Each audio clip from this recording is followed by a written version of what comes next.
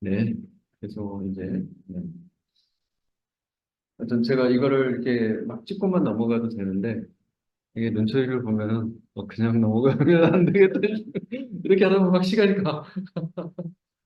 그래서 약간 시간이 오버될 수도 있어요. 그래서 그런 부분들은, 네, 뒤쪽으로 이제 저기 하실 때, 글스터디 하실 때 주제를 빠르게 이렇게, 네, 어떤 제한 시간 내에 여러 개를 동시에 막 하시면서 극복하셔야 돼요. 네, 그래서 이제 계속 이어서 가보면 앞에서 IT 포트폴리오에 관한 이야기를 했었고, 네, IT 투자 평가 기법, 네, 그래서 이제 IT에 대한 우선순위를 매겨라. 그리고 이제 전부 다 뭐 투자를 해주는 게 아니라 우선순위에서 매겨가지고 상위 랭킹부터 시작해서 예산 범위까지 이제 이렇게 하면 그러면은 그런 거를 이제 세부적으로 각 과제별로 평가를 해야 되네. 평가를 어떻게 할 거냐라고 하는 게 이제 IT 투자 평가 기법이라는 기법을 통해서 하더라. 뭐 평가 기법에 대해서는 이런 투자 프로세스 기획, 투자 시스템 구축, 프로세스 업무 성과, 대응 평가 뭐 이런 이건 지금 IT 라이프 사이클을 투자 관점에서 조금 이렇게 말을 바꾼 거죠. 그래서 여기서 보시면 이제 사전 평가 개념과 중간 평가, 상호 평가 개념 이렇게 다시 나눌 수가 있는데 예, 사전 평가 때는 이제 주로 요 관점 수준 지표 이렇게 되는데 이 수준 앞에 생략된 게 뭐냐면 IT 투자 규모의 수준이에요. IT 투자를 너무 안 해줘버리면 뭐 이거 따지고 자시고 필요도 없죠. 뒷단으로 갈 이유가 없잖아요. 투자 규모가 어느 정도 돼야 된다는 거죠. 그게 적정 수준인지, 적정한 IT 투자 비중을 갖고 있는지. 이게 문제가 되는 영역이 보안 영역이에요. 그래서 금융 쪽은 오죽하면 보안으로 아예 다 박아놨잖아요. 그, 어, 법으로. 그래가지고 금융권은 그 보안 관련된 거 IT 관리 감독 기준에 나와 있나요? 그래서 신문에도 많이 나왔는데, 예, 전체 투자 예산에 IT 쪽에 투자 비중은 얼마 돼야 되고, IT 투자 비중 중에 다시 보안 비중은 얼마 돼야 되고, 이거 다 정해놨잖아요. 그다음에 인력도 마찬가지고, 그런 식으로. 오죽하면 그렇게 해놨겠어요. 돈 안 쓰려고 그래. 그래서 이제 수준지표라고 하는 것은 그런 거에 관련된 거고요. 그다음 중간평가는 시스템 구축하고 운영하는 쪽이잖아요. 그러다 보니까 여기서 개발의 품질들이 여기서 나와요. 그러면 개발 품질은 뻔한 거예요. 그래서 응용 프로그램을 개발해요. 그러면 응용 프로그램 개발 때 품질 지표는 뭐예요? 테스트 때 테스트 커버리 자체도 지표고요. 그다음에 결함 건수, 그다음에 결함 비출. 이게 다 지표죠. 품질 지표잖아요. 그다음에 이용 지표 이거는 이제 운영이죠. 운영이기 때문에 운영이다라고 하면 장애 건수, 또는 가용성 지표, 또는 응답 속도 지표, 뭐 이런 것이 이런 것들은 이제 중간 평가에서 쓸 수 있는 지표입니다. 그다음에 투자 효과 이렇게 사업 평가는 이제 성과 지표죠. 업무 성과랑 연계를 해서 이 전체를 이제 종합하는 걸 하는데 결국에는 이렇게 사전 평가 때 뭐가 좋아질까 이렇게 말했던 게 진짜로 그렇게 됐어? 투자 기대 효과가 다 이루어졌어? 그럼 목표했던 거에 얼마 수준까지 나온 거야? 예를 들면 경우. 그런 건 이제 사업평가 쪽에 붙어 있다. 그래서 시험 문제에서는 이렇게 사전평가, 중간평가, 사업평가 이거를 물어보는 시험 문제가 출제됐었어요. 그런데 이거를 이제 프로젝트하고 섞어서 프로젝트 이 투자평가 이렇게 이제 이야기를 하니까 사람들이 이게 프로젝트 관리에 나왔나? 근데 프로젝트 관리가는 그 내용이 안 나오죠. 그래서 그 문제를 손을 안 대는 사람들이 되게 많아요. 그래서 우리가 주의해야 될 거는 이 문제의 주제 영역이 그런 프로젝트 관리만 있는 게 아니에요. 이해되죠? IT 경영뿐만 아니라 소프트웨어 공학 어디에도 프로젝트가 다 있어요. 이게 솔직히 속으시면 안 된다. 그래서 이렇게 넓게 넓게 보면서 과목 간의 연계 관계나 그냥 과목에서 중점적으로 다루는 지 이런 것들에 대해서 이게 어느 쪽에 이렇게가 아니라 이쪽도 해당되고 저쪽도 해당되고 이렇게 이제 생각하셔야 됩니다. 그리고 뭐 이제 머릿속에 들어가셨죠? 그다음에 이 지표의 의미가 무엇인지 이해되셨죠? 이 GPU 의미를 모르시면 이거를 기억을 절대 못해요. 그래서 이제 주요 평가 기법, 재무적 방식, 점검적 방식, 가정적 방식, 통계산적 방식. 자, 여기서는 TCO, 그다음에 요거 CB, 코스트 베니핏 어널리시스 여기 중요하다고 얘기했고, 정성적 방식 여기서는 정부 우리나라 전자정부에서는 정보화 평가하고 있고요. 그다음에 금방 배웠던 IT 포트폴리오 매니지먼트 이게 정성적. 그다음에 자동 접근 방식, PSC, ITBSC 앞에도 다 배웠죠. 네. 통계 산설 방식은 이거는 너무 어려운 거여서 이 세 개까지만 알아도 된다. 근데 난 점수를 더 받고 싶어. 그러면 여기까지 여기다가 ROV에서 이걸 그 펀드 투자 방식 이런 데서 쓰는 그런 기법들을 가져보시라 이렇게 쓰면 되겠죠. 네, 그래서 이제 CD가 더 중요해진다. 것이 코스트 베네핏 어널리시스의 NPV, 그래서 Net Present Value, 순 현재 가치 기법. 그다음에 ROI, 리턴 온 인베스트먼트. 그래서 IT 수익 대비 들어간 비용에 비해 그다음에 인터넷 레이트 오브 리턴 그래서 리브 투자 수익률 페이백 페이어드 이렇게 해서 IT 투자한 거에 대해서 수익이 비용보다 투자 비용이죠. 비용보다 수익이 같아지고 더 많아지는 분기점. 이게 언제 오냐? 기간이 짧을수록 좋다. 요즘은 그래서 넘어가고 네, 그다음에 뭐 이런 거는 이제 기사화돼서 나오는 민간 협력사에서 PPP 민간 투자 사업 그래서 퍼블릭 프라이빗 파트너십 이거의 주인자가 PPP예요. 그래서 정부하고 민간 협력 관계 PPP. 네, 이게 이제 법상으로 이미 돼 있는데 다른 영역에서 많이 되고 있다가 IT에서는 안 되고 있었어요. 이제 통신 영역에서는 되고 있었는데 근데 IT 쪽으로 이거 들어왔어요. 뭐 때문에? 데이터 센터 때문에. 네, 데이터 센터에 정부 데이터 센터 안에 직접 장비를 사다가 대공 서비스를 하려고 하니까 돈이 너무 많이 들어가요. 그래서 지금 정부에서 정부 이 센터가 어디 있어요? 기술 공부하는 사람들이 국가의 데이터 센터가 어디 있는지 모르면 문제가 있는 거야. 제1 정부 통합전자센터 어디에 있어요? 응? 대전. 네, 대전에 그 유성구 그 대동연구단지 안에 있어요. 화암로라고 있어요. 거기에 KT 거기에 이 건물이 있는데 그 KT 국사를 아예 임대해가지고 장기 임대해가지고 거기다가 이제 리모델링해서 데이터 센터 만들어 놨어요. 그게 이제 이 센터이고 이 센터는 어디 있어요? 이 센터 광주에 있어요. 광주 풍암동에 있고요. 풍암동의 생기승 옆에다가 지었어요. 물리적인 어떤 안전 고려해서 그렇게 만든 거예요. 그래서 거기는 순수하게 정부가 투자해서 건물도 만들고 정부 설계 이게 제2센터. 그래서 양쪽에 거의 정부 부처 한 30여 개씩 들어가 있고요. 그리고 수용되어 있는 서버나 장비들 수가 거의 2만 여 대씩 돼요. 그리고 서로 부처들 간에 상호 백업 형식으로 DR 체계를 서로 해주고 있어요. 이렇게 되어 있고요. 그다음에 이제 대구 센터가 3센터이고요. 재작년인가 작년인가 완공이 됐고요. 네, 재작년에 완공됐구나. 그래서 작년도에 사업이 나와서 지금 작년도에 몇 개 부처인지 모르겠다. 정확히 기억은 안 나는데 수십여 개 부처를 그쪽으로 지금 입주를 시키고 있어요. 그래서 거기는 순수하게 클라우드 센터로 구성을 했고요. 그다음에 그래서 대구 클라우드 센터라고 불러요. 근데 정부 이 센터는 메인이 전부 다 서버 통합을 서버 컨sol리데이션이라고 합니다. 큰 서버를 사다가 큰 서버를 파티션 쳐서 나눠서 쓰는 식. 그렇게 해서 그 위에 파티션된 가상 서버들을 가지고 운영하는 식이고 클라우드 영역을 별도로 만들어서 거기에 부분적으로 적용돼 있어요. 그렇게 해서 이제 클라우드로 전부 전환하는 게 이제 굉장히 중요하다. 이거는 이제 지금은 왜 설명 안 드려도 아시죠? 클라우드를 왜 가야 되는지. 네, 그래서 클라우드로 전환을 하려고 하는데 레가시가 그렇게 돼 있다 보니까 그거를 바꾸는데 굉장히 제약이 많아요. 네, 바꾸는 동안에 그게 있던 서비스는 어디로 갈 것이냐. 이미 양쪽 센터가 다 풀 나 있어요. 그래서 여유가 없어요. 그래서 이제 대구 클라우드 센터를 아예 지으면서 클라우드 전환을 할 것들을 글로 옮기고 이쪽을 비우고 그다음에 새로 이제 달라지는 점은 정부 부처만 들어가게 돼 있어요. 정부 센터니까 클라우드 센터는 공공기관도 들어갈 수 있게 해놨어요.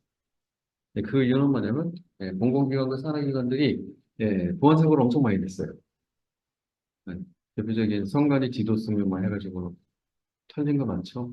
그래서 안 되겠다.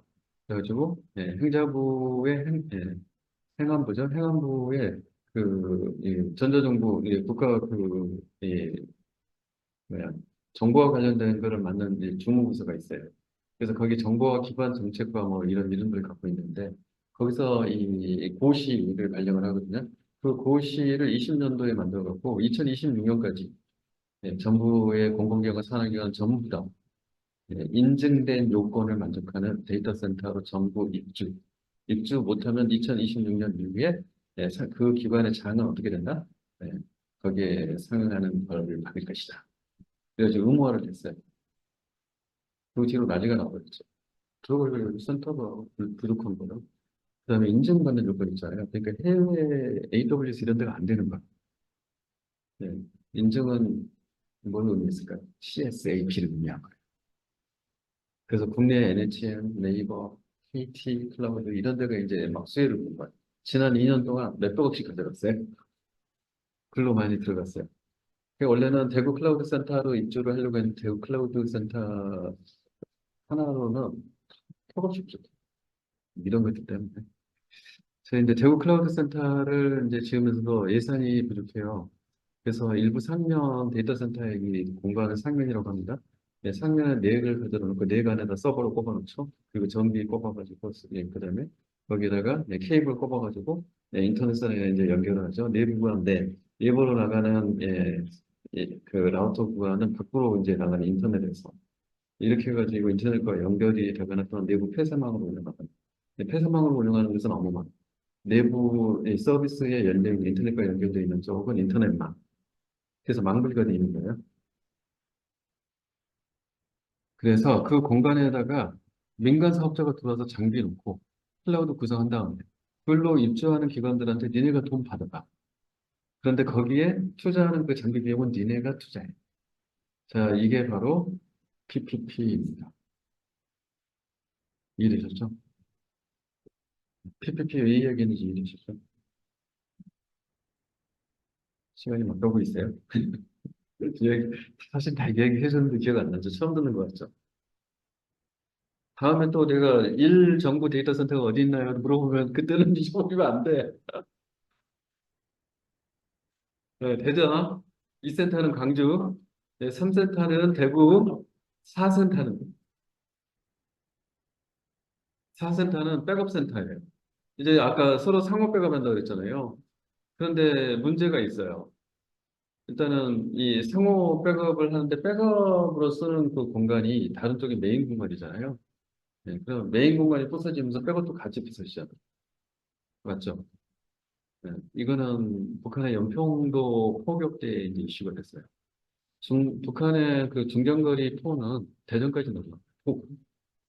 그래서 실제로 정부 데이터 센터가 그 사정거리 안에 들어가거든요.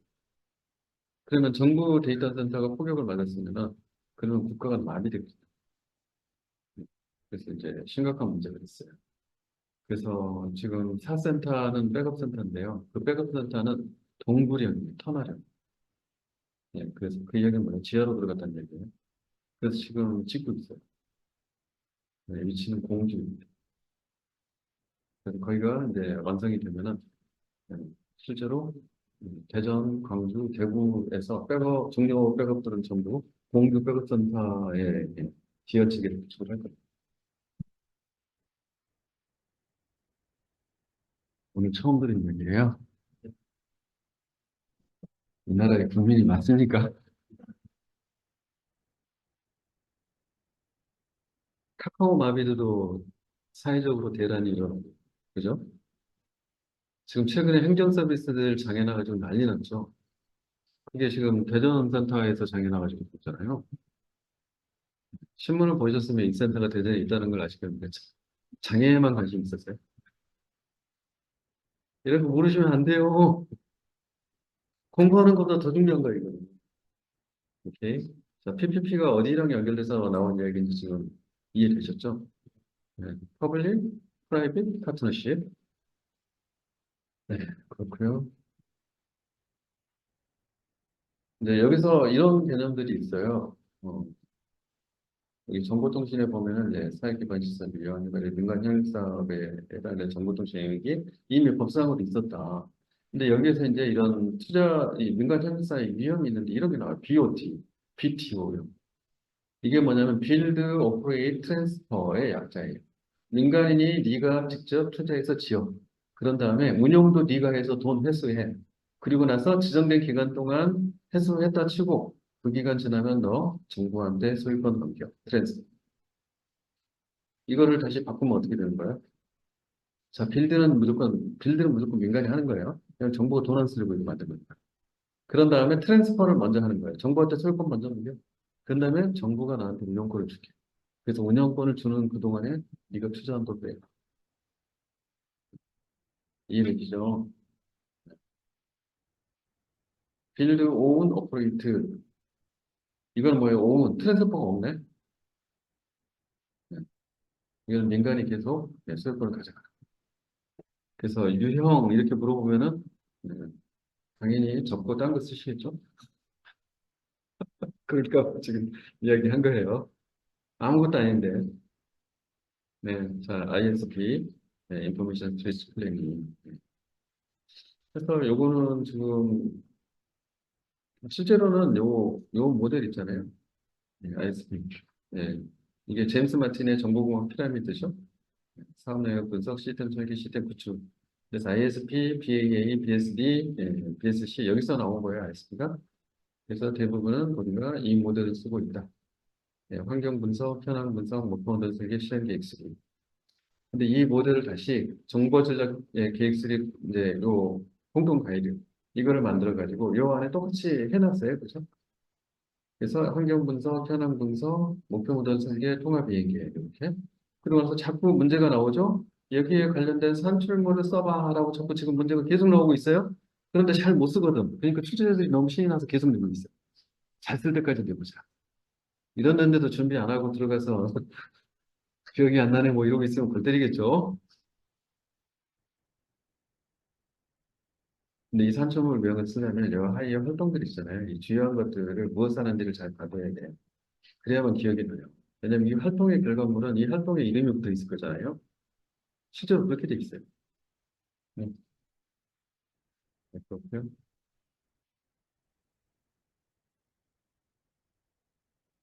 네, 그 다음에 ISMP라고 하는 것들이 있다. ISMP는 뭐냐? 네. 이건 인포메이션 시스템 마스터 플랜이에요. 그래서 인포메이션 스트레치 플래닝의 넥스트 단계로 필요하다라고 이제 이야기를 하는 거예요. 이때는 보면은 IT 비전 및 전략 이런 거를 다 이행 과제 및 로드맵 이렇게 해서 네, 정보와 전략 계획 수립 보고서가 이 산출물로 최종 나와요. 네, 토탈로 나중에 산출물 단계별 산출물을 묶어가지고 얘를 이제 제출하는 거예요. 그런데 ISMP 이거는 하나의 시스템이에요. 얘는 전사적인 차원에서의 모든 업무와 시스템이에요. 그런데 인포메이션 시스템 마스터 플랜은 내년도, 차년도, 익년도에 해야 될 사업에 대해서 다시 구체화된 계획이에요. 그러면 내년도 사업에 포함된 그 시스템만 대상으로 하겠다 이런 거죠. 그래서 일정한 시스템, 특정 정보 시스템이라고 그러는 여기에만 대상으로 하는 거고요. 그래서 나오는 산출이 이거예요. 정보 시스템 예산과 제한 요청서. 그런데 이 제한 요청서의 주요한 사항이 무엇이냐라고 하는 게 자꾸 시험 문제에 이 두 개를 비교하라 그러는지 안 하는지 나온다는 거죠. 거기 보면 그래서 이게 있어요. 정보 시스템 보행 방향, 업무 이 정보기술 요건 검토. 요건 간 이행 연관성, 요건 기술서, 요건 기술서 검토 뭐 이렇게 있는데 요건 기술서가 계속 나오죠. 그래서 정보 시스템 구조 및 요건 정의 이게 핵심이다. 그리고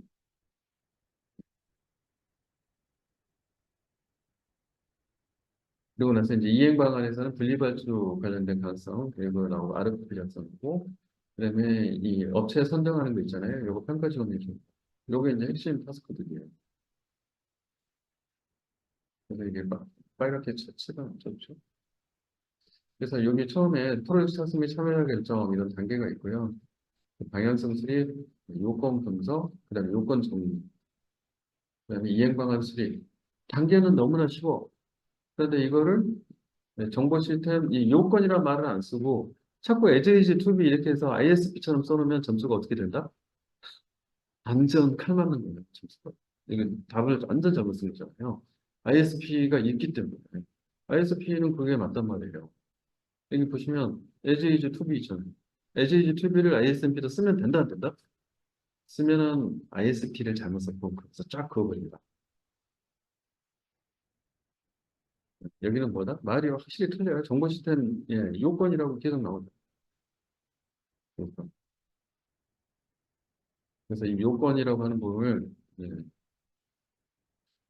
그 다음에 단계도 그래서 네 단계가 아니라 앞에 이게 들어가 있어요. 프로젝트 착수및 참여자 그랬죠. 그리고 방향성 스림, 그 다음에 업무 및 정보기술 요건, 정보시스템 구조및 요건. 그래서 이제 정보시스템 아키텍처라고 하는 이야기가 여기서 언급이 되죠. 그래서 신 RFP 가이드 때문에 그렇게 돼 있는 거예요. 네, 여기 이제 이 작성, RFP 작성 원칙, 이거에 따라서 여기서 RFP 쓰기도 있죠. 그럼 이 RFP 쓰는 거를 뭘 보고 해야 돼요? 이 RFP 쓰라는 원칙에 따라서 해야지. 이 원칙에 나와 있단 말이죠. 네, 제한 요청서의 기능 점수 도출이 가능한 수준까지. 기능적, 기술적 요구사항을 명시해라. 이렇게 돼 있어요. 자, 기능은 뭐예요? 업무 기능. 기술은 뭐예요? 네, 일반적으로는 업무 기능이 명시된 기능 요건이에요. 근데 기술 요건은 업무하고 상관없는 거죠. 네, 그런 경우에는 우리가 뭐라 그래요? 이거를 비기능. 그래서 예, 비기능 요건의 대표적인 게 성능 같은 거죠. 또는 처리 용량 이런 거, 또는 보안 같은 거. 이런 게 다 비기능 요건이잖아요. 그래서 업무 요건 중심의 기능적 요구사항, 그나하는 목표 시스템 구성, 이게 뭐예요? 목표 시스템 구성이 다른 말로 정보 시스템 아키텍처, 네. 품질, 상호 운영성, 보안 등 비기능적 요구사항. 네. 그래서 예, 제한 요청사의 요구사항 작성 가이드를 이렇게 놓은 거 한번 보시고요. 뭐라고 하면 안 볼 거죠? 그래서 요구사항 종류를 쓰라고 시험 문제 나왔죠? 그 기능 요구사항, 성능 요구사항, 품질 요구사항, 인터페이스 요구사항, 데이터 요구사항, 응용 요구사항. 여기 그대로 시험 문제 냈네. 이번에 나왔어요? 그러니까 나중에 우리 공부하신 분이 계속 하는 말이 있죠. 딴 거 찾아서 돌아다니는데 나중에 보니까 교정이 다겠더라. 뭐 이런 이야기 하죠. 네. 이번에 나왔구나. 네. 어쨌든. 이 엔터프라이즈 아키텍처. 네, 비즈니스 정보 응용 기술 보안을 정의하고 상호 연계된 모습을 총괄적으로 표현하고 조직의 방향에 대한 지침을 포함한다. 이게 이제 엔터프라이즈 아키텍처라고 부르더라. 이런 이야기고. 네, 뭐 작동한 모델들이 많이 이제 기본 모델이라고 생각을 합니다. 근데 우리는 알아야 될 게 미 연방 모델을 흉내낸 범정부 아키텍처가 있더라, 한국에. 한국의 범정부 아키텍처는 이렇게 생겨먹었더라. 업무 아키텍처, 응용 아키텍처, 그래서 비즈니스 예, 응용 애플리케이션, 데이터, 기술 기반, 테크놀로지, 그래서 기술 기반, 보안, 시큐리티. 이거를 관점이라고 해서 5개의 관점과 4개의 시각, 그래서 CEO, CIO, 경영자료, 그다음에 책임자, 설계자, 개발자. 이렇게 각기 레이어별로. 그래서 이제 과거에는 이거를 강제로 하라고 이제 공공기관, 이 부처하고 기관에 의무화해가지고 하라고 그랬어요. 근데 요 밑에까지 하라고 하니까 너무 이제 힘들어 하니까 지금 여기 범정부 필수 이렇게 돼 있죠. 적어도 여기까지는 무조건 정의해 놓으세요. 이렇게 했었거든요. 그래서 초록색이 칠해줍니다. 그래서 이 안에 이제 들여다보면 결국에는 산천물들이 있더라. 그래서 저주 구성도 업무 구성도 업무 관계도 기술도 기능 분할도 뭐 이런 거. 그다음에 응용학 응용 시스템 구성도 정의서 관계도 기술서. 그래서 여기 경영청 내부는 뭐다? 도정의서를 붙이면 돼요. 그렇게 돼 있죠? 산청을 기억이 안 나면 도정의서. 그다음에 한 단계 내려가면 책임자 오너. 네, 이 아키텍처의 오너예요. 얘가 총괄 책임을 져야겠죠? 네, 이 친구가 해야 될 것은 요거 플러스 거기에다가 관계도 기술서. 앞에 말만 바꾸면 되겠죠. 그리고 여러분들이 데이터는 이제 공부를 했으니까 개논물을 아시겠죠? 개논물, 개논물. 그다음에 보안도 공부했으니까 이제 알겠죠? 단물기 이렇게. 예. 그러니까 이게 되게 복잡해 보이지만 여러분들 공부를 막 한 거를 매트릭스에다가 그냥 다시 재정리해요. 음?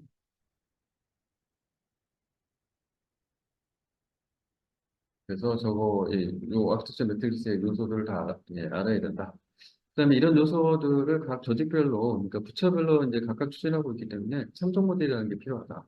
그래서 성과 참조 모델, 업무 참조 모델, 응급 참조 모델, 데이터 참조 모델, 기술 참조 모델. 자, 이렇게 되어 있는 이게 무엇이냐? 이 아키텍처에 관련된 표준화된 딕셔너리, 용어 표준. 그다음에 실제로 저 안에서 보면 카테고리 범주 분류가 필요하잖아요, 뭐든지. 그래서 범주 분류표가 안에 들어있어요. 그래서 뭐 응용 서비스 아래 최하위 에너믹스 서비스 컴포넌트 이런 식으로 레이어를 정의를 해놓습니다. 네, 그래서 이런 것들은 전부 다 전자정보법상에 폴하고 손보가 다 들어 있는 거예요. 그러면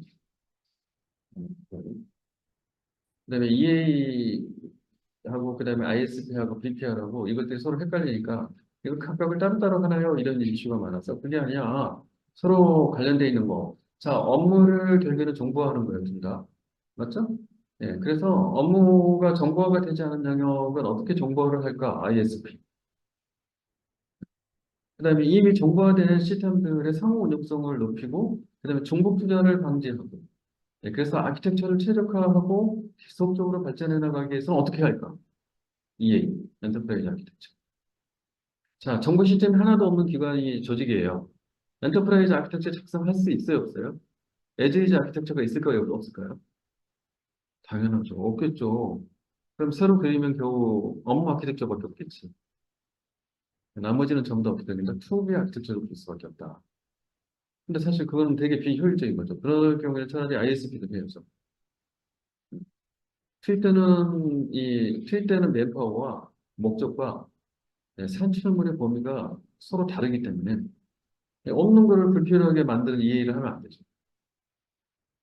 그런 경우에는 ISP를 하죠.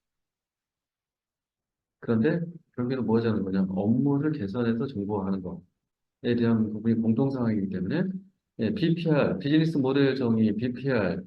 자, 이 부분을 해놓고 ISP에서는 요거에 따라서 시스템을 어떻게 정보화를 할까? 로드맵을 만드는 거고, EA 같은 경우에는 기존의 업무가 앞으로 이렇게 바뀔 거야. 변화될 업무의 미래 업무 이 아키텍처를 만들어야 되고, 그 미래 업무 아키텍처를 지원하는 시스템은 아직 없을 거기 때문에 기존 시스템을 개선해서 그거를 맞추던가, 아니면 신규로 다시 도입하던가, 이런 것들을 전환 계획으로 해가지고 투비 아키텍처를 정의하고, 에이지 아키텍처 투비 아키텍처로 넘어가는 것들을 전환 계획이라는 이름으로 과제하다. 얘는 노동력을 통해서 과제, 얘는 전환 계획을 통해서 과제. 이해되실까요? 이 과제들은 전부 다 아까 저희 IT 포트폴리오 관리해서 예, 어디에 해당돼요? 디스커버리에 보면 과제 사업계 발굴 막 이런 게 있었죠. 전부 거기 풀에 들어가 있는 애들이에요. 그리고 이것들이 예산하고 매핑해서 포트폴리오 관점에서 뭐 같이 리스크 이거 막 평가해가지고 예산 100억이야. 100억 안에서 총 과제 1000개야. 그중에서 상위 50개만 하게 되면 100억 안에 손해. 그러면 상위 50등까지만 할 거야. 그럼 50개만 그 안으로 들어가겠죠. 그리고 나서 나머지는 그 다음에 다시 평가받아서 멸치 맞지 결정하겠죠. 자, 이렇게 서로 버무려서 지금 들어가는 거 보이시나요? 예. 주제만 다르지시는 나는 하나만 계속 이야기하고 있었던 거야. 조직 입장에서는 그냥 하나야. 그죠? 제대로 된 조직은 이제 이런 계획들이 전부 다 IT 포트폴리오의 과제에 들어가 있다. 과제 폴에 들어가 있다. 네, 그렇습니다. 네, EA 같은 경우에는 그래서 활용 분야가 엄청나게 높아요. 정보체계 통합, 정보계획 및 투자계획 3. 당연히 아까 뭐예요? 전환계획이 여기에 지금 인풋으로 들어갈 수 있는 게 가능한 거예요. 정보와 사업 준비. 당연히 투비 아키텍처에 무엇이 있는지를 보면서 사업 준비해야 되죠. 그다음에 정보화 사업 시행할 때 투비 아키텍처 그려놨잖아. 그럼 내가 지금 가려고 하는 시스템의 투비가 거기 있을 거잖아. 그럼 그걸 보고서 이 에즈이즈 요구사항 다 뽑아야지. 그러고 나서 거기에서 변경된 게 있는지 고객하고 확인하고, 그래서 변경된 거 반영해서, 그리고 시스템에 최종 부착하고 난 다음에 투비에 있던 아키텍처 그림을 에즈이즈 아키텍처로 전부 다 현행화를 한 다음에 이런 과정을 통해서 계속 EA 리파지토리를 현행화를 시켜야 되겠죠. 감리도 와가지고 제대로 하고 있는지 보려면 투비 아키텍처 정의된 내용을 가서 대조를 해봐야겠죠. 그죠? 그러니까 정보 평가, 정보자산 관리, 인프라 운영. 그래서 목표 기체 TA, TRSP 이게 테크니컬 아키텍처는 물리적인 서버, 하드웨어 이런 거잖아요. 네트워크 이런 거. 거기 다 들어가 있어.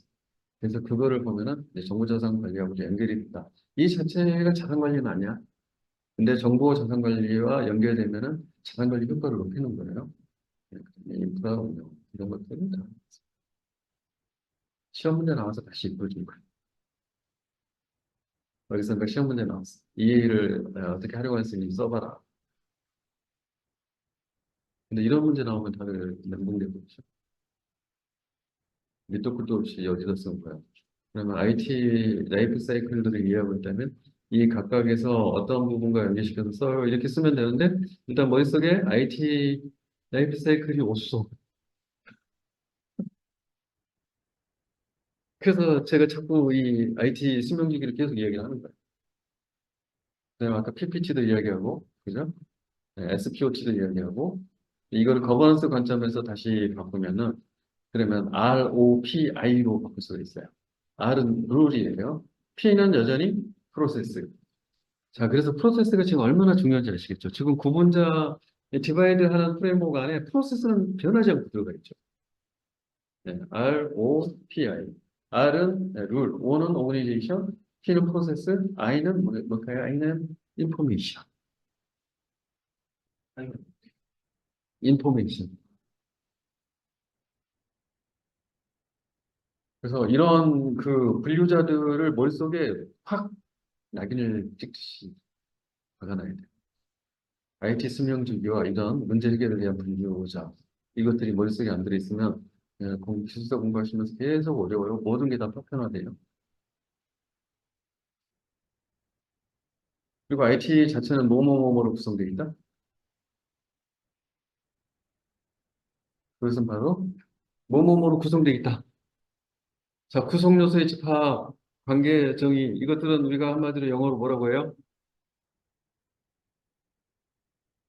구성요소와 구성요소 간의 관계, 그리고 이 관계들로 정의된 큰 구조. 이것들의 부르는 이름은 아키텍처. 그럼 IT는 무엇으로 이루어져 있어요? 그럼 IT 구성도는 무엇인가요? 라고 물어보거든요. IT 구성도는 뭐야?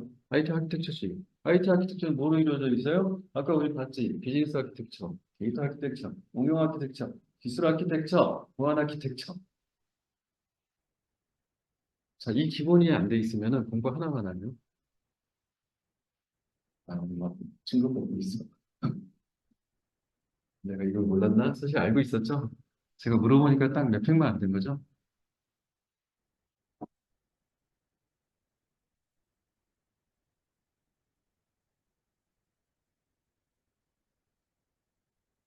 그래서 정보기술 아키텍처 교육은요, 이것도 이제 지침이 있어가지고 지침의 발전이거든요. 그러니까 전자정보법에서 아무 때 지침까지 나와 있다.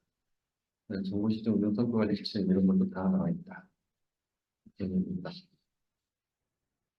네, 가장 어려운 기획 부분을 봤었어요. 기획 및 조직화가 제일 어렵죠. 네, 나중에. 이제 도입 구축 이런 건 쉬워. 네, IS 1207 기본 생명주기, 지원 생명주기, 조직 생명주기 또는 생명주기, 수명주기 바꿔도 돼요. 그래서 획득, 공급, 개발, 운영, 유지, 보수 안 잊어버렸죠? 그다음에 품검, 확확함, 네, 안 잊어버렸죠?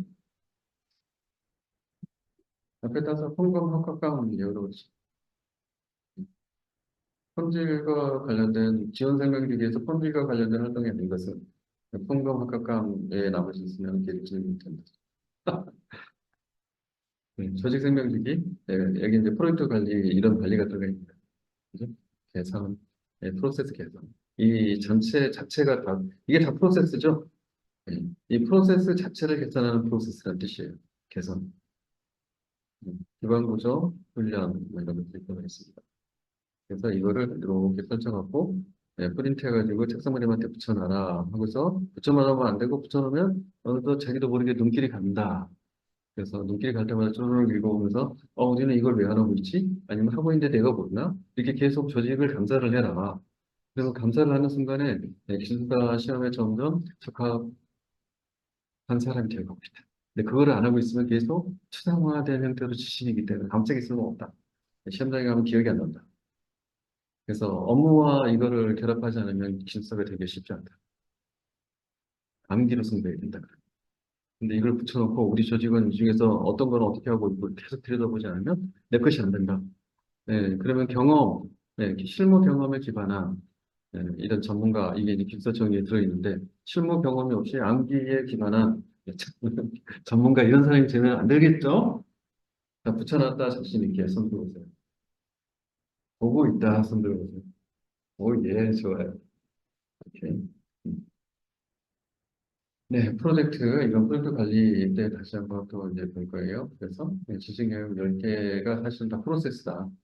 네, 컨트롤 오브젝티브, 컴퓨터 컨트롤 오브젝티브가 프로세스인 거 알고, 이제 헷갈리면 없으시죠? 네.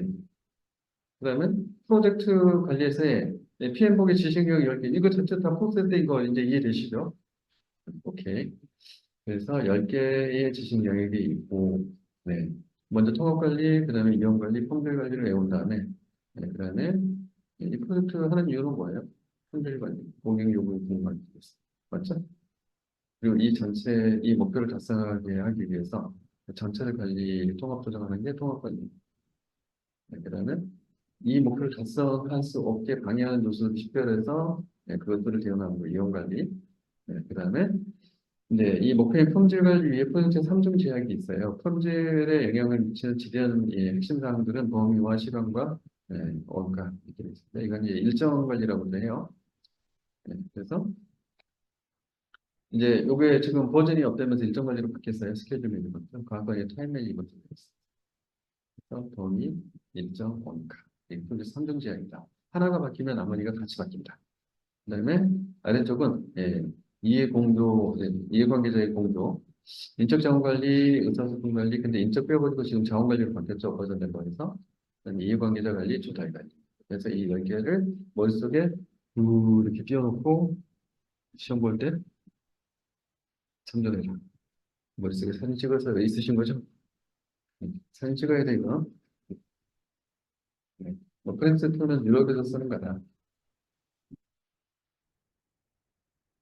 이 스타트업 이렇게 되어 있는데 프로젝트 얘는 비즈니스 이 기획 단계부터 전체를 이제 프로젝트라고 보고 관리하는 점이 다르다. 그다음에 PM도 중요하지만 스폰서의 경영진이 PM 역할을 실제 해야 된다라고 보는 이제 조직이 중요하다고 보는. 그래서 프로세스가 제대로 되려면 조직이 더 중요하다. 조직이 프로세스를 안 하면 필요 없다. 이런 관점으로 쳐다보는 예다. 이렇게 제가 말씀드렸고요.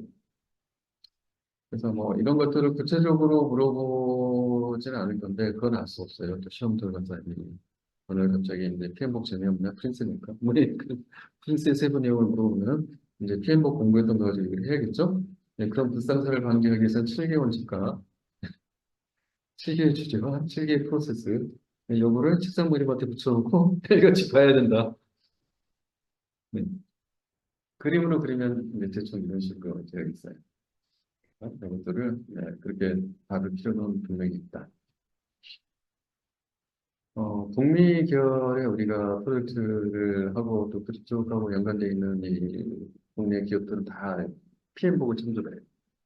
그런데 중동하고 유럽 쪽에서는 프린스가 표준입니다.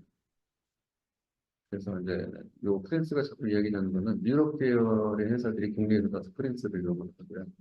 그다음에 국내의 건설사라든지 이런 걸 뭔가 구축을 하는 회사들이 중동에 가서 사업을 하니까 그쪽에서 광범위를 프린스를 요구해요. 오일머니를 벌려고 하는데 프린스를 알아야 된다. 유럽 시장을 자꾸 넓혀가려고 하면서 유럽에서 마찬가지로 프린스가 안 하니 우리 쪽으로 온다. 그런 겁니다.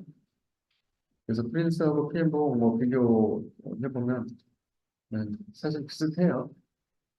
여기 이제 옛날 거 가져다 베껴놔서 10개의 지식 분야죠. 근데 이제 옛날 거 9개였을 때 해놨으면 이렇게 돼 있지. 근데 비교해보면 비슷하다. 네, CMMI. 네, 프로젝트는 프로젝트이라고 하는 단위로 비즈니스 목표를 달성하는 거고, 프로젝트 안에는 소프트웨어 개발이 들어갈 수도 있고, 인프라 구축이 들어가 있을 수도 있고, 또는 그냥 컨설팅만 있을 수도 있어요. 그러면 그것이 개발일 때 그 안에서 세부적인 공정들을 어떻게 컨트롤할까? 그래서 품질 목표를 달성할까? 대한 것들은 또 별개의 프랙티스로 전개가 돼야 된다. 그래서 그거의 대표적인 사회성의 표현 CMMI다. Capability, Membership Model Integration. 네. 그래서 이것도 프로세스 어프로치다. 프로세스 관리, 프로젝트 관리, 엔지니어링, 서포트 이렇게 되어 있다. 그래서 이제는 대충 보면 ISO 120이랑 되게 비슷하네. 이렇게 또 벌써 머릿속에 또는 소프트웨어 이복하고 되게 비슷하네. 이렇게 해서 이것들은 다 서로 전문가들이 약간의 산업 특성을 분야별로 반영할 때 서로 베끼기 작업을 해가지고 쉽게 돈 버는 방법으로 영역대가 받아야 될 거잖아. 보시면. 그래서 비슷비슷한데 약간씩. 자, 그래서 엔지니어링이 이제 핵심적인 개발에 대한 사항이에요. 그래서 CMM의 성숙도 레벨별로 이게 이제 배치가 되어 있는 거예요. 그래서 요구사항 관리, 요구사항 개발 이렇게 되는데 요구사항 개발이 레벨 3 훨씬 더 높은 단계죠. 네, 그래서 요구사항도 이 시험 문제 자꾸 나오잖아요, 그죠? 네, 근데 소프트웨어 공학에서도 훨씬 더 다루고, 그다음에 IT 거버넌스에서는 소프트웨어 공학 분야를 컨트롤해야 되니까 이걸 알아야 되죠. 그래서 여기 또 나오죠. 네, 네, 프론트 관리도 마찬가지로 이런 프로세스 이런 것들이 전부 다 실제로는 이 PDCA 사이클에 해당되는 것들을 전부 다 갖다 놓은 거예요. 그래서 프로젝트 관리하고도 인맥상통합니다. 네, 그리고 서포트 영역 이거는 아까 우리 폼즈 쪽그 지원 수명증이죠. 이 몫이 그거하고 지금 인맥상통하는 거죠. 그래서 품질 내용이라든지 생산 관리 문서와 이런 것들이 이쪽에 있는 네, 프로세스 자체를 계속 혁신하는 것들을 업무를 하는 자에게는 그걸 혁신하는 업무 프로세스가 있어야 되잖아요. 네, 그래서 프로세스 개선을 위한 프로세스는 어디에 있냐? 프로세스 매니지먼트 쪽에 있다. 그렇게 해서 2, 3, 4, 5 이거는 이제 지금 스테이지 기준으로 레벨을 정해놓은 거죠. 네, 그래서 가보면 프로세스 에어리어라고 하는 이제 기준으로 프로세스 에어리어 4개로 되어 있고 네, 요거 이제 성숙도를 측정을 하는 거가 이렇게 5단계까지 있다. 그래서 스테이지하고 컨티뉴어스 모델로 나뉘고 스테이지는 이니셜, 매니지드, 디파인드, 퀀티테이티브리 매니지드, 옵티마이징. 그다음에 컨티뉴어스는 인컴플리트, 퍼포먼드 이렇게 바뀝니다. 그래서 이제 단계적인 스테이지들, 단계적 리프레젠테이션 경우를 있어요. 단계적 평가, 연속적 평가 두 가지로 모델을 이렇게 나눠서 쓸 수가 있어요. 그래서 이제 무채취 레벨, 성숙 레벨, 이거는 능력 레벨. 그래서 CL 이렇게 부르는 거고, 컨텐츠에서는 스테이지에서는 무채취 레벨, 무채취 레벨 이렇게 부르는 거고, 여기서는 측정의 대상이 오거나이제이션, 조직 단위로 하는 거고, 요거는 프로세스 에어리어 단위로 하는 거예요. 그래서 약한 프로세스를 10배에서 우선적으로 개선하자라고 하면 어느 표현을 써야 되냐? 그럼 당연히 연속적 표현을 써야 된다. 조직 전체 역량을 체계적으로 단계를 높여가고 싶고, 제외적으로 경쟁력을 갖추게 하고 싶다. 그럼 이건 조직 관점이니까 스테이지드 모델을 표현을 써야 된다. 그래서 아이디어는 자체 내재 방법론, 이니시에이팅, 데이머레이징, 디스블리싱, 액팅, 러닝 착수하고 그다음에 우리의 소프트웨어 개발 프로세스, 조직 이런 것들을 진단하고 그래서 개선 방안을 수립하고 이스태블리싱 그리고 실행을 하고 그리고 나서 러닝 레슨 런드죠. LNL 레슨 앤 런드 해서 잘한 점 못한 점들을 따져서 공유하고 그리고 넥스트 돌 때 다시 또 한 단계 업그레이드를 하고 이런 이야기죠.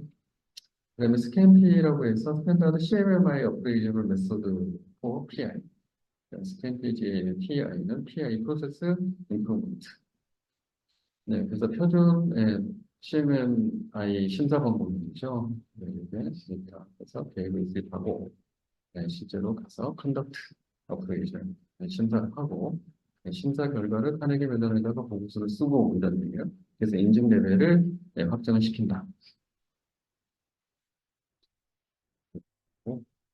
CMMI 버전 2.0으로 와서 구조를 좀 바꿨다. 네, 그렇게 해서 케이퍼빌리티 에리어 이것들이 뭐 improving, enabling, managing, doing 이런 카테고리를 다시 재배열을 좀 더 해놨어요. 그래서 이 카테고리를 재배해야 되는 내용들의 케이퍼빌리티 에리어를 한 번씩 봐두시면 좋겠다.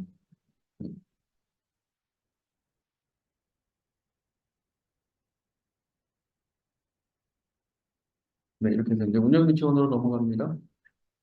네, ITSM, IT 서비스 관리 표준, 네, 그리고 이것과 전부 다 관련된 문제예요. 이거를 통칭해서 우리가 ITSM이라고 부를 수 있고요. 네, IT 서비스라고 하는 것은 이렇게 기술적으로 우리가 담당하고 있어요, 비즈니스를. 이렇게 했더니 어느 쪽에도 속하지 않은 또는 모두에게 속한 어떠한 이슈가 발생하게 되면 대응이 되지 않더라. 자, 이거는 비즈니스하고 IT가 얼라인 된 겁니까? 안 된 겁니까? BITA라고 했죠, 우리가. 네, 거버넌스의 비타가 된 거예요, 안 된 거예요? 안 된 거죠. 네, 비타가 되게 하기 위해서 우리는 체계를 바꿉니다. 그래서 서비스 데스크라고 하는 기능을 넣어서 싱글 포인트 오브 컨택, 그래서 스폭이라고 부릅니다. 네, 이걸 스폭이라고 이걸 부르나요? 그래서 스폭 센터 뭐 이렇게 부르기도 합니다. 얘가 일단 비즈니스 쪽에서 요구하는 걸 전부 다 접수를 합니다. 그래서 1차 처리를 할 수 있는 건 바로 해줘버려요. 그리고 2차 처리가 필요한 것들만 기술 영역으로 넘겨서 여기서 종료되고 나면 얘한테 바로 가는 게 아니라 얘가 다시 서비스 데스크를 통해서 비즈니스 쪽에 알려줍니다. 이렇게 해서 프로액티브한 조직으로 바뀐다. 이거를 우리가 이제 IT 서비스 관리 체계가 바뀌었다. 그래서 기존에는 IT 서비스가 아닌 IT 테크놀로지, 인포메이션 테크놀로지였는데 이제는 인포메이션 테크놀로지 서비스다. 이렇게 피타를 하게 되면 서비스다 하고 이제 재정을 하고 기술자인데 너희가 그걸 네가 아니? 이렇게 물어본다는 거지. 너희가 그걸 누구야? 이렇게. 고객을 모르면 그 고객이 원하는 것에 대해서 관심이 없을 거잖아요. 관심이 없으면 어떻게 돼요? 아까 우리 PSC 관점에서 내가 나의 고객에 관심이 없어. 그러면 그 고객이 내일 우리의 고객이 될까요? 안 될까요? 안 되죠. 그 고객에게 제공되는 서비스나 프로덕트는 탁월한 프로세스가 필요할까요? 안 필요할까요? 안 필요하죠. 왜냐면 고객에게 관심이 없는 그런 프로세스를 개발해서 못하리. 어떻게 개발할지도 몰라요. 고객의 요구사항에 맞춰서 프로세스가 개선되야 되는데 고객에 관심이 없으니 고객의 요구사항을 몰라. 되겠어요? PSC랑 모든 게 연결이 되죠. 연결해 보시면 다 돼요. 네. 그래서 일단은 광의 IT 서비스, 그다음에 협의 IT 서비스 이렇게 해놨는데요. 일반적으로 국내에서는 협의로 많이 하고 있어요. 근데 광의로 보는 것들이 필요하다. 그래서 ITIL이라고 하는 책자에서는 실제로 광의로 보고 있어요. 근데 우리는 광의로 보면은 서로 니꺼 내꺼 싸움이 일어나요. 그래서 밥그릇 싸움이 일어나기 때문에 일단은 운영을 그냥 SM을 그냥 ITSM 보기 좋잖아. IGG SM 붙어 있잖아. 그래서 SM 이렇게 이 우리가 그렇게 말할 때 그 SM은 서비스 매니지먼트가 아니라 시스템 매니지먼트. 시스템 매니지먼트로 계속 견디면 어떻게 된다? 기업이 IT BSC 관점에서 BITA가 된다 안 된다? 안 되게 됩니다. 나의 고객이 누구인지 모르는 일이 계속 발생할 거예요. 네, 그래서 내 일이 아니지만 전체가 아키텍처상에서 연결되어 있기 때문에 서비스로 인해서 고객이 불편하거나 또는 고통을 받고 있다고 하면 그 페인 포인트를 찾는데 내 거 아니네 그러고서 딱 보게 되면 해결이 안 되겠죠? 근데 이거 서비스로 생각을 하고 전부 연결되어 있다고 생각하면 내 쪽에서 쪼르륵 훑어가지고 1차 영역도, 2차 영역도, 3차 영역도, 3차 영역도 쪽에 있는 애가 만약에 고객 서비스에 페인 포인트를 주고 있어. 자, 이렇게 하면 3차에 있다는 것까지 내가 알잖아요. 그렇죠?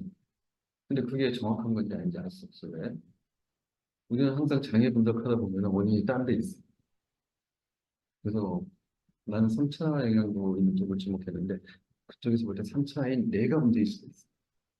그러니까 내 거 아니야라고 하면 안 되고 내 거를 포함해서 전체 서비스가 유지로 돌아간다. 어느 부분에서 문제가 생길 수 있는지 계속 같이 점검해주고 외쳐줘야 된다. 그러니까 장애 처리 혼자 하면 안 돼요. 그래서 장애 나면 모두가 다 같이 몰려나와요. 애플리케이션 몰려나와서 정상적으로 서비스 회복됐는지 확인해야 되고 그죠? 그다음에 인프라 다 살아있는데 여전히 애플리케이션이 안 되는.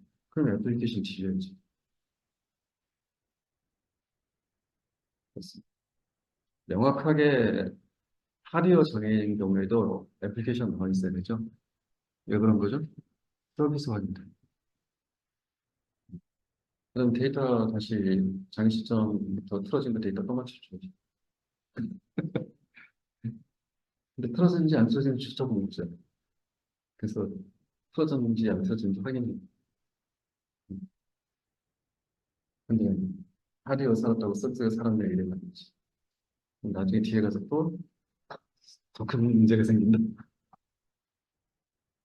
예, 그래서 이걸 IT 서비스 관점으로 이해하지 못하면 나중에 굉장히 큰 혼란이 다시 발생합니다. 그래서 서비스 품질을 보장하기 위한 포스적인 접근이다. IT의 서비스의 뭐 이런 내용이고요. 여기서 이제 PPT가 나오죠. 여기서만 쓰인 게 아니라고 말씀드렸죠. ISO 2만에도 이제 이것들이 전부 표준화해서 들어가 있고요. 버전 2, 버전 3, 이제 사실상의 표준 IT를 이제 분류되어 있고, 버전 2의 서비스 서포트하고 서비스 딜리버리 색자를 합쳐서 IT 서비스 매니지먼트라고 불러서 여기서 ITSM이 유래했다. 네, 그리고 서비스 서포트에는 5개의 프로세서와 1개의 기능, 그다음에 서비스 딜리버리에는 5개의 프로세서가 있어요.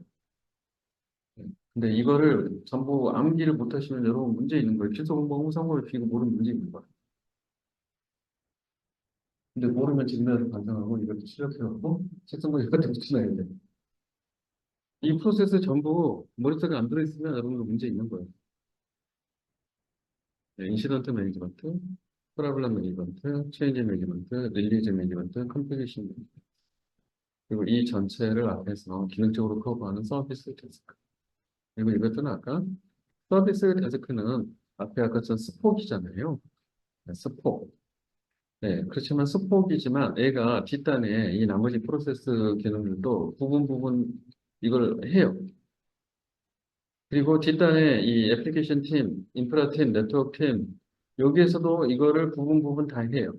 그래서 이것들이 들어가 있는 이 데이터와 프로세스를 다 같이 공유하고, 그다음에 서비스 레벨 매니지먼트 딜리버리 쪽에 어빌러블, 이거는 돈을 내든 안 내든 상관없이 유저에 대한 지원이에요. 유저는 돈 안 내는 유저도 유저죠. 우리는 돈 내는 유저는 고객이라고 불러요. 그래서 유저가 아니라 커스터머하고의 관계에 있어서 약속을 해줘야 될 이러한 이 업무 프로세스는 딜리버리에 있다라고 이야기를 하는 거예요. 그래서 얘가 이름이 딜리버리예요. 얘는 서포트 지원이에요. 어느 게 더 중요해요? 비즈니스는 얘가 훨씬 중요해요. 왜? SLA 계약을 해야 우리가 이걸 할 수 있거든. SLA 계약 안 했어. 내가 이거 하면 돼야 안 돼요? 할 권한도 없고요. 할 의무도 없고. 나랑 아무 관련이 없어. 그것이 해당 인프라, 그다음에 애플리케이션 서비스에 대해서.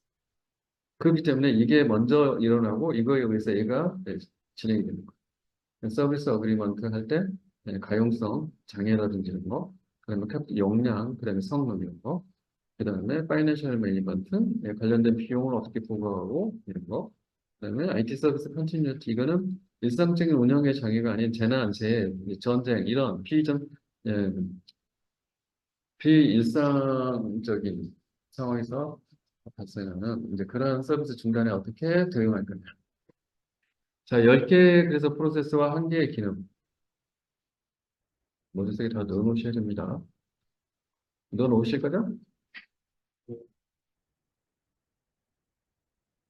그래서 이게 이제 이 버전 3는 서비스 전략, 설계, 전환, 운영 이렇게 바꿨고 이거 이제 기존의 이제 프로세스나 책자들이 시작과 끝이 어딘지 좀 불명확했어요. 그래서 이거를 버전 3에서는 시작과 끝을 만들어 놓은 탑다운으로 내려가시는 거 보이시죠? 이렇게 해서 거기에 있던 프로세스들을 이렇게 다시 재배치를 해놓은 거예요. 이것도 갑자기 특성 모임한테 붙여놔야 될 것 같은. 근데 계속 붙여놓다 보면 자기께 체화가 돼, 체화가. 그러면 우리의 운영 조직은 이런 거 있나라고 한번 찾아보시면 웬만한 조직에는 이거 프로세스 전차, 그다음에 관련된 이 산출물 양식, 보고 이런 거 전부 다 정리돼 있어요. 심지어는 ITSM 시스템도 이미 도입이 다 돼 있어요. 그래서 점검을 해보세요, 조직 내부에서 이런 거 있는지. 그럼 확실하게 이제 알게 될 거잖아요, 그죠? 버전 4까지 나와 있습니다. 버전 4는 이렇게 제너럴 서비스 매니지먼트, 테크니컬 매니지먼트 이렇게 세 개를 쪼개서 여기다 그냥 쫙 합쳤는데 제가 볼 때는 완전히 뭔가 디그레이드 된 것 같아요. 그래서 이 자체를 물어보는 시험 문제는 안 나올 것 같다라는 생각인데, 이 IT 서비스 가치 사슬이라고 해갖고, 이 그림을 물어보는 문제는 나옴직도 하다. 그래서 이거에 대해서는 6가지 IT 서비스에서의 가치 사슬 활동, 밸류 체인 자꾸 물어보는 시험 문제 간간히 나오죠. 이제 IT 서비스 밸류 체인을 설명하라 이러면 또 머리가 멘붕될 거죠. 여기 있었네 이러고서 나중에 아유 표제에 있었어. 이런 이야기 나중에 하시면 안 돼요. 계획, 개선, 착수, 설계 및 전환, 획득, 구축, 제공, 지원 이렇게 돼 있죠. 근데 어디서 많이 본 것 같다 그죠? 그죠? 네, 말은 조금 바꿨는데 요거 앞에 보시면 전략, 설계, 전환, 운영 이거랑 되게 실제로 비슷해요. 여기 안에 있는 세부 타스크들을 일부러 올리고 말을 좀 더 이해할 수 있게 구체화해 놓은 그런 모습이에요. 앞에 계산 있었죠? 설계하고 전환 있었죠, 앞에. 제공 및 지원 앞에 있었죠. 없었던 건 뭐예요? 획득 및 구축은 명확치 않았어요. 착수도 명확치 않아요. 맞죠? 예, 근데 계획은 사실은 거기서 명확치 않았지만 전략하고 유사하죠. 예, 요 앞에 요거랑 비교하고 있는 거예요. 버전 3 이거하고. 예, 설계 전환 있잖아요. 그죠? 운영 있죠. 근데 설계하고 전환으로 넘어가려면 구축을 해야 되거든요. 그다음에 계산력이 있죠. 그다음에 여기 계획 있잖아. 전략이 결국에는 계획이잖아요. 아닌가요? 네. 근데 이거 물어보면 되게 머리 아플 거잖아요. 네. 그리고 이제 여기 앞단에 네, 디맨드하고 뒷단에 가치 여기 이제 붙어서 밸류 체인으로 되어 있는 거죠. 그죠? 네, 플랜은 여기 위에 써놓고 인프루브 계산은 아래다 써놓고 네, 이 중간에다가 나머지 이렇게 배치를 해놨네요. 그죠? 네. 이게 엔게이지 착수죠.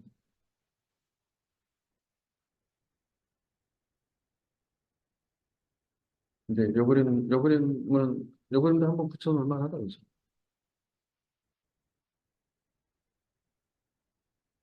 이렇게 해서 이거 끝났네.